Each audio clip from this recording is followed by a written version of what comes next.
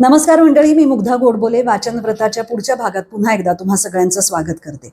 आज मी जे पुस्तक घेऊन बसले आहे, ज्यातला काही भाग मी वाचणार आहे, त्या पुस्तकाचं नाव आहे रेडिओवरील भाषणे आणि श्रुतिका, पु ल देशपांडे. मौज प्रकाशननी प्रसिद्ध केलेलं हे पुस्तक. या पुस्तकाविषयी थोडक्यात वाचते. आपल्या दीर्घ व विविध रूपी कलानिर्मितीच्या जीवनात पु ल देशपांडे यांनी नभोवाणी, आकाशवाणीसाठी अनेक श्रुतिका लिहिल्या आणि भाषणे दिली. त्यांच्या बहुरंगी व नाट्यधर्मी प्रतिभेला नभोवाणीचे बोलके माध्यम सहज साध्य झाले होते. 1956-57 या कालखंडात त्यांनी नभोवाणीवर प्रमुख नाट्य निर्माता म्हणूनही काम केले.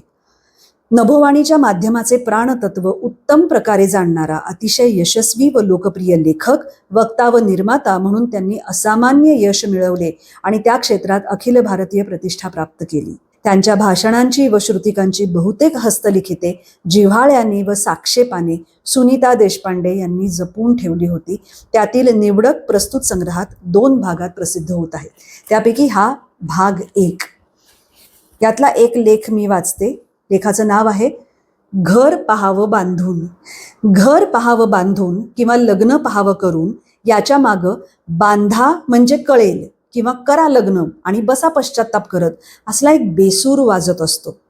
दुसऱ्याच्या उत्साहावर विरजण टाकणं एवढ्याचसाठी असलं बोलणाऱ्यांचा जन्म असतो. घर बांधणं किंवा लग्न करणं यांच्यासारखे महान संकल्प सोडा असल्या माणसांना मंडईत निघालोय एवढा साधा भेद सांगितला तरी काय मंडईत हल्ली उगीच जाण्या येण्याचा त्रास, आणि हल्ली रस्त्यात गर्दी तर काय भयंकर, शिवाय मंडईच्या भावात आणि इथल्या भावात काही फरक नसतो, इत्यादी इत्यादी सुरू होतं. शुभ कार्याला निघालेल्या माणसाला मांजरासारखी आडवी जाणारी ही माणसं, यांचा सल्ला सदैव नकारात्मक. बाकी अमुक एक कर याच्याऐवजी अमुक एक करू नकोस असं सांगणं यालाच आपण सल्ला म्हणत असतो. लग्नाला उभं राहिलं की शहाणा असलास तर या भानगडीत पडू नकोस हे सांगणं म्हणजे सल्ला. घर बांधायला निघाल्यावर उगीच नसत्या त्रासात पडू नकोस रे असं म्हणणं म्हणजे सल्ला. असला नकार भरणारे फार. कुणी काही असं म्हणायला तयार नाही. घर बांधताय अवश्य बांधा. लोकांना आपण तर बुवा नेहमी होकारार्थी सल्ला देत असतो. घर बांधताय बांधा, विकताय विका, लग्न करताय करा, घटस्फोट घेताय घ्या, अभिनंदन. त्याचं असं आहे की जे ते आपापल्या कर्माने मरत असतात. आपण उगाचच नेमक्या वेळी पालीसारखं चुकचुकी नये.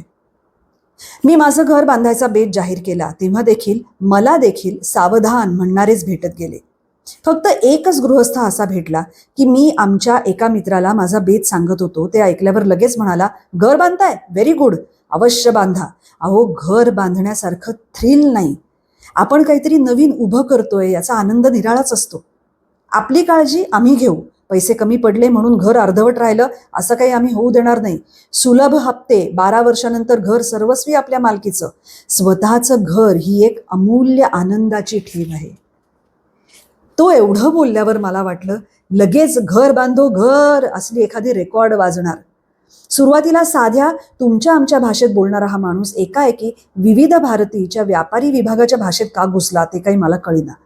मग माझ्या लक्षात आलं की घर बांधण्याचा माझा बेत मी घरं बांधून देण्याचा धंदा करणाऱ्या ठेकेदारापुढेच उघडा केला होता. तो माझ्याकडे स्वतःचं घर बांधायला निघालेला जीवनातला एक यशस्वी माणूस म्हणून पाहत नसून भावी गिऱ्हाईक म्हणून पाहत होता. त्यानं केलेलं अभिनंदन थोडंसं खाटकानं एखाद्या बोकडाला तुला उत्तम आरोग्य लाभो असं म्हणण्यासारखं होतं. ते काही का असेना, घर बांधायला निघाल्यावर बांधून नका म्हणणाऱ्यांपेक्षा खुशाल बांधा म्हणणारा माणूस ठेकेदार असला तरी तो मला प्रिय आहे. घर अवश्य बांधून पाहावं आणि बांधून होईपर्यंत आपण टिकाव धरला तर नुसतं बांधून पाहावं एवढंच नाही तर राहावं देखील. घर बांधणं हे पुरुषार्थाला आव्हान आहे. नाटकातल्या झुंजार नायकासारखे आपण आहोत असं आपल्याला वाटायला लागतं. उगीच नाही साधी जमिनीसारखी जमीन, तिच्यावर घर बांधायचं म्हटलं की लगेच प्लॉट होतो. नाटकात जसा खलनायक, त्याचे साथीदार वगैरे मिळून नायकाविरुद्ध प्लॉट रचतात, तसाच हा देखील कंत्राटदार, नळवाले, वीजवाले, सुतार, गवंडी, सिमेंटवाले, म्युन्सिपाल्टीवाले अशा सगळ्यांनी मिळून रचलेला एक प्लॉट असतो. त्यात सुरुवातीला आपण नायक आहोत असं वाटलं तरी अधूनमधून आपली फजिती पाहून कुणीही हसावं या नमुन्याचं विनोदी पात्र आपण झालो आहोत की काय अशी शंका यायला लागते. या सगळ्या विपरीत परिस्थितीतून न डगमगता जायला हवं. इथे एक सूचना देणं आवश्यक आहे. परिस्थितीला न डगमगता तोंड देता आलं तरी घर बांधताना ज्या इकडून तिकडे जाण्यासाठी गवंडी मंडळींनी फळ्या टाकलेल्या असतात त्यांच्यावरून न डगमगता चालणं आपल्याला जमणार नाही हे लक्षात ठेवावं. तात्पर्य, पायाभरणीच्या नांदीपासून ते वास्तुशांतीच्या भरतवाक्यापर्यंतचा प्रवास ही एक लढाई नसून योग साधना आहे हे ध्यानात घ्यावं. घर बांधू इच्छिणाऱ्या माणसांनी केवळ आपल्यापाशी घर बांधण्यापुरते पैसे आहेत, प्लॉट आपल्या नावावर आहे, एवढ्या भांडवलावर घर बांधायला उभं राहू नये. थोडीशी पूर्वतयारी हवी. ही पूर्वतयारी म्हणजे लोकांची घरं पाहून येणं नव्हे. लोकांचं सारंच काही आपल्यापेक्षा अधिक चांगलं आहे असं आपल्याला वाटत असतं. लोकांच्या कुंड्यातल्या गुलाबांना ही एवढी एवढी फुलं येतात आणि आपला तेरडा देखील 3 दिवस तरी फुल म्हटलं तर फुलायला तयार नसतो.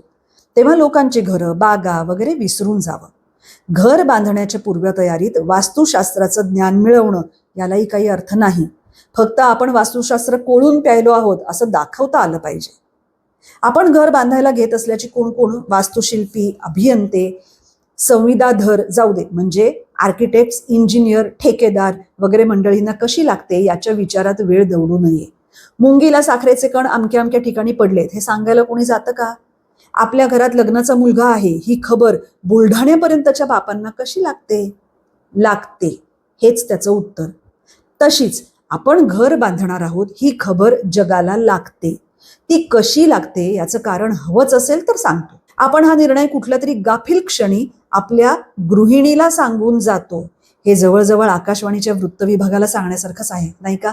असो, तर सांगायची गोष्ट म्हणजे पाहता पाहता घराचा प्लॅन तयार होतो. निळ्या कागदावरच्या त्या असंख्य पांढऱ्या रेघोट्यातलं आपल्याला वाचता येतं फक्त ऐटबाज अक्षरात इंग्रजीत काढलेलं आपलं नाव. हळूहळू 6x12 living room, sanitary block, load bearing walls, प्लिंथची लेवल वगैरे शब्द कानी पडायला लागतात. आर्किटेक्ट आपल्याला सांगत असतो, आता ही लिव्हिंग रूम. लिव्हिंग याचा आपल्या शाळकरी इंग्रजीत जगणं असा अर्थ असल्यामुळे एवढ्या घरात जगण्यासाठी जर एवढी एकच खोली तर बाकीच्या आम्ही जातो आमुच्या गावाच्या वेळच्या आहेत की काय अशी शंका मनात येते. पण ती मनातच ठेवावी आणि अच्छा ही लिव्हिंग रूम काय छान छान एवढंच म्हणावं. मग तो आपल्याला बेडरूम दाखवतो. आता बेडरूमचा चौकोन आर्किटेक्टने दाखवला की लगेच विचारावं, पश्चिम कुठली हो? पश्चिमेकडून सतत वारा येत असतो अशी आपली एक सार्वजनिक अंधश्रद्धा. आपण ज्या चाळीत राहतो तिथे पश्चिमेकडून वरच्या मजल्यावरच्या भाडेकरूंनी टाकलेला कचरा, गुंतवळ वगैरे येत असतात. पण मला कुणीच सांगितलंय की स्वतःच्या घरातील पश्चिम निराळी आणि भाड्याच्या घरातली पश्चिम निराळी. ते काही का असे ना, आर्किटेक्टला आपण पश्चिम कुठली हे विचारावं. बेडरूम पश्चिमेला असावी हे आपलं सूक्ष्म ज्ञान पाहून तो झटक्यात नरम येतो आणि पश्चिम दाखवतो. ती दरवेळी पश्चिम असतेच असं नाही. प्लॅन फिरवला तर ती उत्तरही होण्याची शक्यता असते. पण आपल्याला तरी खरी पश्चिम कुठे हवी असते? नशिबात असलं तर वारा काय ऊर्ध्व दिशेकडूनही येईल. हल्ली बहुधा पंख्यांमुळे ऊर्ध्व दिशेकडूनच वारा येतो. तो दक्षिण मारुत किंवा उत्तर वारा वगैरे हल्ली पार पडलेत. पण आपला हेतू आर्किटेक्टला दाबात घेणं हा असला पाहिजे. कुटुंबाला मात्र प्लॅनमध्ये फार डोकवू देऊ नये. कारण कोळशाचं पोतं ठेवायची व्यवस्था कुठे हो असला काहीतरी प्रश्न त्या मुखातून उमटण्याचा संभव असतो. फार तर आर्किटेक्ट गेल्यावर त्या प्लॅनवर कुठेतरी बोट ठेवून तिथून बाहेरच्या बाजूला भांडी घासणाऱ्या मोलकरणीवर लक्ष ठेवायची कशी सोय आहे किंवा ही गच्ची, हवे तेवढे पापड इथे वाळत घाला असली वाक्य म्हणून टाकावी. एकदा प्लॅन तयार झाला की तो म्युन्सिपाल्टीकडे पास करायला पाठवावा लागतो. तसा तो पाठवावा आणि आपण घर बांधणार आहोत हे विसरून जावं. योगशास्त्रात याला चित्तवृत्ती निरोध असं म्हणतात. म्हणजे एकदा म्युन्सिपाल्टीत जाऊन आपल्या प्लॅनचं काय झालं ते पाहावं असा विचार आला की तो दाबून टाकावा. हळूहळू आपण घर बांधण्याचा विचार सोडून देतो. त्याच वेळी प्लॅन पास झाल्याची बातमी येते. ही बातमी आणून देणारा माणूस आपला ठेकेदार असतो. तुम्ही कसलीही काळजी करू नका, पाडव्याला स्वतःच्या घरात राहायला आम्ही तुम्हाला पाठवणार. हे वाक्य आपण या कानाने ऐकून त्या कानाने सोडून द्यायचं असतं. हाडाचे ठेकेदार तिथी सांगताना महिना आणि संवत्सर न सांगण्याची दक्षता घेतात. आणि म्हणूनच पाडवा आला म्हटल्यावर का हो तुम्ही तर पाडव्याला गृहप्रवेश म्हणाला होतात अशासारखं काही बोलू नये. कारण ठेकेदार लगेच म्हणजे आपण चैत्री पाडवा समजलात की काय रावसाहेब असं म्हणून पट्टेवाल्या अल्सेशन कुत्र्यानं बिनपट्टेवाल्या कुलुंगी कुत्र्याकडे पाहावं तसं आपल्याकडे पाहतो. आपण त्यानं आपल्याला रावसाहेब म्हटलं एवढ्यावर खुश राहावं. वाईटातून चांगलं घेण्याची सवय घर बांधतानाही अशी आपोआपच लागते. घराचा पाया खणायला लागल्यापासून नाना तऱ्हेचे प्रश्न उभे राहतात. उदाहरणार्थ, आपली स्लॅब पडण्याच्याच सुमाराला बाजारातून सिमेंट गायब का व्हावं? शेजारी बांधकाम चालू आहे त्यांचेच गवंडी नेमके वेळेवर कसे येतात? आपला पाया पुरुषभर खोदला तरी खडक लागत नाही आणि शेजाऱ्यांना अवघ्या 1.5 फुटावर खडक कसा लागतो? तो प्लॉट न घेता हा प्लॉट घेण्याची दुर्बुद्धी आपल्याला का झाली? भिंती उभ्या राहिल्या तरी गिलावा करणारे गवंडी अदृश्य का होतात? काल स्वस्त असलेली लादी आज एकाएकी महाग का होऊन जाते? लोखंड बाजार, चुना भट्टी, रेडीमेड दरवाजेवाले, लाकडाच्या जंगी वखारी, नळाचे पाईप मर्चंट ह्या सगळ्यांना आपल्या घराला हा माल पुरवायचा म्हटल्याबरोबर भाव भडकवण्याची अशी एकाएकी का इच्छा होते? इच्छा कसली? वासना म्हणायला हवं. या साऱ्या प्रश्नांना उत्तर नाही. हे सारे प्रश्न आपल्याला स्थितप्रज्ञावस्थेकडे नेत असतात आणि शेवटी घर पाहावं बांधून या भूमिकेवरून जे जे होईल ते पाहावं या उच्च पातळीवर आपण येऊन पोहोचतो. आणि अखेरीला घर बांधून होतं. ठेकेदार येऊन सांगतो केव्हाही राहायला जा रावसाहेब, फक्त फरशी व्हायचे आणि इलेक्ट्रिक कनेक्शन झालं की झालं. आता आपण इतके हर्ष खेदते मावळलेल्याच्या अवस्थेला जाऊन पोचलेलो असतो की तो ठेकेदार, इलेक्ट्रिकवाला, प्लंबर वगैरे लोक काहीही बोलले तरी आपण तथास्तु म्हणण्यापलीकडे काहीही बोलत नाही. घर खरोखरी बांधून झालं म्हणजे घराला नाव काय द्यायचं हा एक कौटुंबिक प्रश्न उभा राहतो. आपल्या वडिलांचं, आईचं वगैरे नाव द्यावं ही इच्छाही व्यक्त करू नये. सुजित, अभिजित, अमिता, प्रतिभा या नावांची मंडळी घरात वावरत असतात. त्यांना धोंडोपंत स्मृती किंवा भीमाबाई भवन पटणार नाही. विसावा, घरकुल, नंदादीप यासारखी नावं लोक वापरून मोकळे झालेले असतात. प्रत्येक आकर्षक आणि चांगली गोष्ट आपल्या आधी लोक करून जात असतात. शेवटी मुलांच्या नावांची अद्याक्षर जुळवून नाव ठेवावं म्हटलं तर थोरली रीता, दुसरी कालिंदी आणि तिसरा मेघश्याम ही एरवीची आधुनिक नावं अद्याक्षरं एकत्र आणली की रीता, कालिंदी, घनश्यामचं चक्क रिकामे होतं. आता भरल्या घराला रिकामं काय म्हणणार? खरं म्हणजे घराला कुठलंही नाव ठेवावं. पूर्वीच्या नाटकात जसं राजांचा राजा अर्थात सम्राट सिंग किंवा स्थानिक स्वराज्य अर्थात संगीत म्युन्सिपाल्टी अशी अर्थात नावं असायची, तसं घराचं नाव काहीही असलं तरी अर्थात मनोविजय हे आपल्या मनात अध्यारूत धरावं. घर बांधणं हे काम, क्रोध, लोभ, मोह यासारखे मनाचे शत्रू जिंकण्याचं एकमेव साधन आहे. तेव्हा कुणीही कितीही नाउमेद केलं तरी घर बांधून पाहावंच. इतर काही असलं नसलं तरी ते आपल्या मनोविजयाचं स्मारक नक्की असतं. आपली स्मारकं देखील आपल्या डोळ्यात देखत बांधून टाकावीत. लोकांचं सांगता येत नाही काही, आपण मेल्यावर चक्क विसरून सुद्धा जातात आपल्याला. आणि नाही विसरले म्हणून आपला अश्वारूढ पुतळा थोडाच उभा करणार आहेत. आणि आता अश्वारूढ पुतळ्यांचंही काही खरं नाही. परवाच आमच्या एका अमेरिकेत राहून आलेल्या मित्राचा मुलगा एका महापुरुषाचा अश्वारूढ पुतळा पाहून बापाला म्हणाला, डॅडी, घोड्यावरच्या या काउबॉयचं नाव काय हो? त्यापेक्षा स्वतः बांधलेलं घर हे स्वतःचं स्मारक असलेलं काय वाईट आहे? विचार करण्यासारखी गोष्ट आहे की नाही? असा हा खास पुलंच्या शैलीतला एक लेख. दुसरा लेख वाचते. लेखाचं नाव आहे गवैया होते होते. तसा मी काही फारसा महत्वाकांक्षी माणूस नाही. नेपोलियन हा जगातला सर्वात महत्वाकांक्षी पुरुष मानला जातो. त्याच्याशीच तुलना करायची म्हणजे नेपोलियनचं एक 300 पानांचं चरित्र माझ्या कपाटात आहे, ते वाचून काढायची माझी एक महत्वाकांक्षा आहे. वास्तविक माझ्या मित्राला चिडण्याचं कारणच नव्हतं. त्याची महत्वाकांक्षा आमच्या गावातल्या म्युन्सिपाल्टीचा अध्यक्ष व्हायची होती आणि माझी महत्वाकांक्षा ज्या नोकरीत दुपारी 3 तास झोप घेता येईल अशी नोकरी मिळवणं एवढीच होती. असली क्षुद्र महत्वाकांक्षा ठेवल्याबद्दल त्यानं माझ्यावर अख्खा नेपोलियन मारला होता. अल्पसंतोष हा सुखी जीवनाचा पाया आहे असं माझ्यापुरतं मत आहे आणि अनुभवाने माझं हे मत पक्क झालेलं आहे. लहानपणी वडील माणसं, बाळ तू मोठा झाल्यावर कोण होणार रे असा प्रश्न मला विचारून मग आपणच पस्तावत असत. माझी पहिली महत्वाकांक्षा हॉटेलातला भजी तळणारा होणं ही होती. आमच्या घरासमोरच एक दी न्यू बलभीम सुग्रास हॉटेल होतं. संध्याकाळी 5 वाजले की हॉटेलच्या दारात एक दणदणीत ओढाबंब गृहस्थ भजी तळायला बसायचा. त्या सुगंधानं वातावरण भरून जायचं. त्याची ती झारा फिरवण्याची ऐट, तेल उकळलं की नाही हे पाहायला तो तापल्या कढईत पाण्याचे 4 थेंब टाकून चुर्र असा आवाज करायचा. मग सराईत हाताने पिठाचे गोळे वळायचा, कांदा तर असा सुंदर चिरायचा की देखते राहना. मग झपाझप भजी तळायला लागायचा. तळता तळता कपाळावरचा घाम मोठ्या ऐटीत पुसायचा. एवढं सर्व चालू असताना त्याच्या तोंडात विडी देखील असायची आणि त्याचे लांब केस झाऱ्याच्या हालचालीबरोबर मागे पुढे झटकले जायचे. ते मनोहर दृश्य आज देखील माझ्या डोळ्यांपुढे उभं आहे. त्यामुळे लहानपणी कुणीही विचारलं की बाळ मोठा झाल्यावर कोण होणार, की माझं उत्तर ठरलेलं होतं, भजीवाला. पाहुण्यांना जरा धक्काच बसायचा. काय? मग माझे वडील वगैरे काहीतरी कारण काढून, हा बाळ्या जा पाणी आणून दे हा पाहुण्यांना, असं काहीतरी सांगून मला तिथून हुसकावत. तात्पर्य, पहिला आदर्श भजीवाला, तिथून मग कलईवाला, मग पाणी नारियलवाला, अशा माझ्या महत्वाकांक्षा बदलत होत्या. असल्या ह्या माझ्यासारख्या अत्यंत माफक महत्वाकांक्षी माणसाच्या मनात मी गवय्या व्हावं हे नक्की कधी आलं हे सांगणं कठीण आहे. आलं हे मला नक्की आठवतं, पण महत्वाकांक्षेचा उगम सापडत नाही. बाकी आयुष्यात अनेक गोष्टी अशा आहेत ज्यांचा उगम सापडणं अवघड आहे. आपल्याला सर्दी नेमकी कुठल्या वेळेपासून झाली हे कुठे सांगता येतं?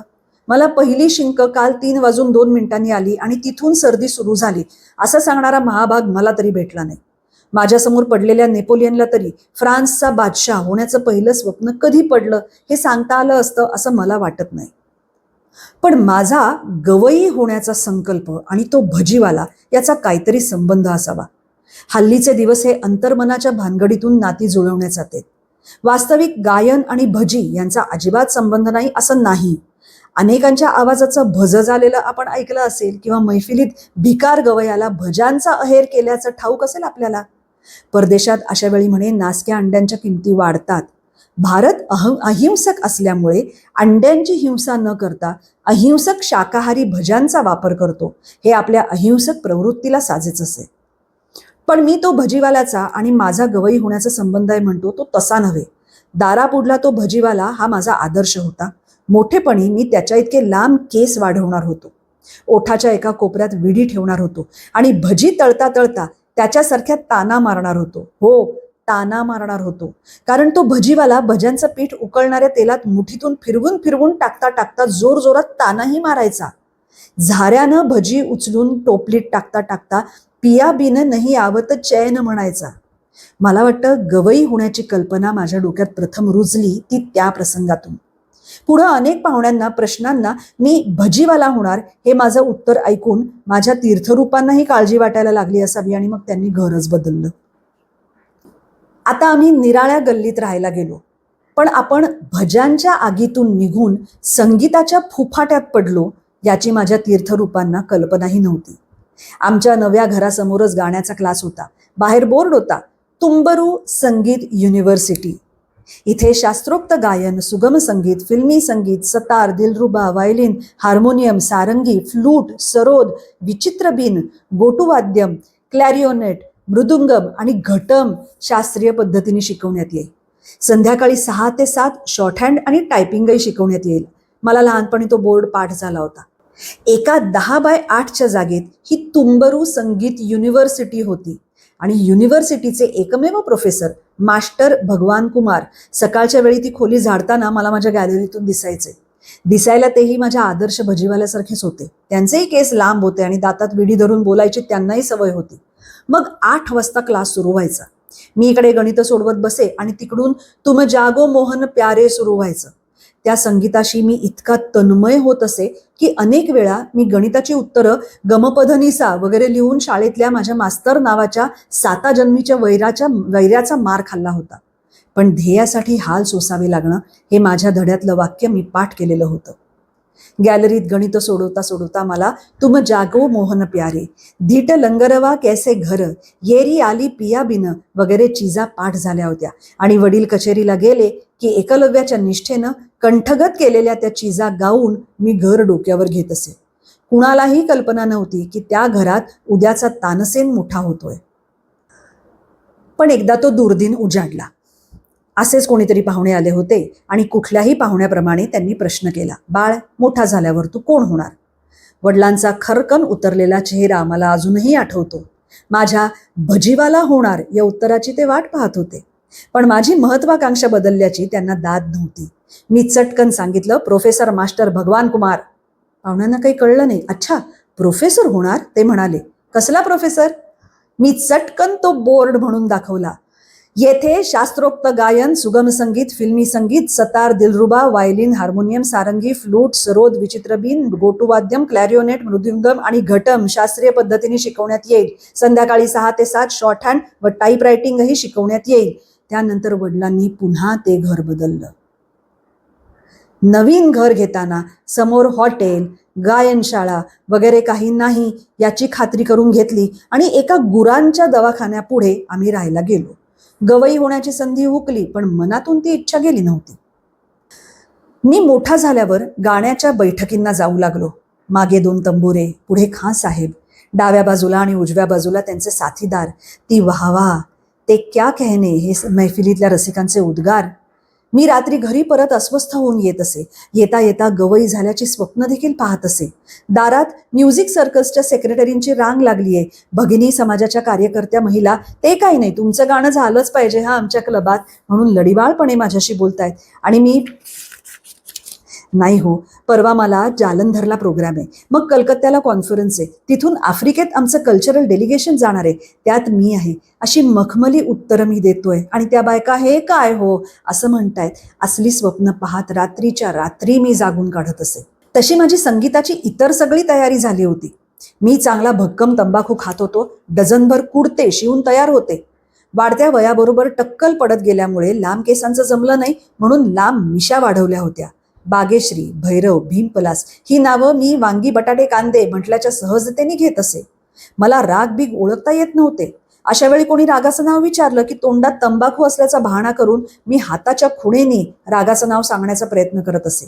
त्याखेरीज आग्रा घराणं, रामपूर घराणं, पतियाळा घराणं, गांधर्व महाविद्यालय, भातखंडे वगैरे नावही पेरत असे. शिवाय फते अली खानचा मुलगा गुलाम अली, त्याचा भाचा बर्कतुल्ला, त्याचा पुतण्या अब्बास मिया, अब्बास मियांचा नातू फलाणे खा, त्याचा भाऊ ठिकाणे खा असल्या वंशावळीही पाठ होत्या. बाकी होतं फक्त आ करून गायला सुरुवात करणं. पण अशी तयारी करून एक दिवस मी एका वस्तादजींच्या घरी गेलो. या वस्तादजींनी माझं स्वागत केलं. मी गाणं शिकण्याची माझी इच्छा व्यक्त केली. छान, आपण यापूर्वी गाणं शिकला आहात का? हो, लहानपणी शिकलोय. मी एक ठेवून दिली. किती वर्ष? चांगला 4-5 वर्ष शिकलोय. म्हणता का काही? हो, काय म्हणू? जणू काही 50-50 राग माझ्या गळ्यात उड्या मारतायत अशा थाटात मी विचारलं. जय्यत तयारी होती ना? काही म्हणा. अरे बेटा उस्मान, तंबोरा काढ. मग आतून एक 50 वर्षांचा बेटा उस्मान आला. त्यानं तंबोरे काढले. काय स्वर? आली का पंचायत? पण मी काळी 4, काळी 5 वगैरे शब्दही ऐकले होते. मी मनात म्हटलं उगाच 4-5 नको, ते पुढे लावता येतील. आत्ता 1-2 पासून सुरुवात करतो. माझा स्वर काळी 2. बहुत अच्छा. उस्माननं तंबोऱ्याच्या खुंट्या पिळल्या आणि मी प्रोफेसर मास्टर भगवान कुमारांचं नाव घेऊन सुरुवात केली. लट उलझी सुलझा. पुढे काय झालं मला नीटचं आठवत नाही. डोक्यात एक हातोडी बसली असावी, कारण माझ्या कपाळावरती खूण अजून आहे. आणि दुसरी गोष्ट आठवते म्हणजे माझ्या चपलांचा जोड त्या उस्तादजींच्या घरी आहे.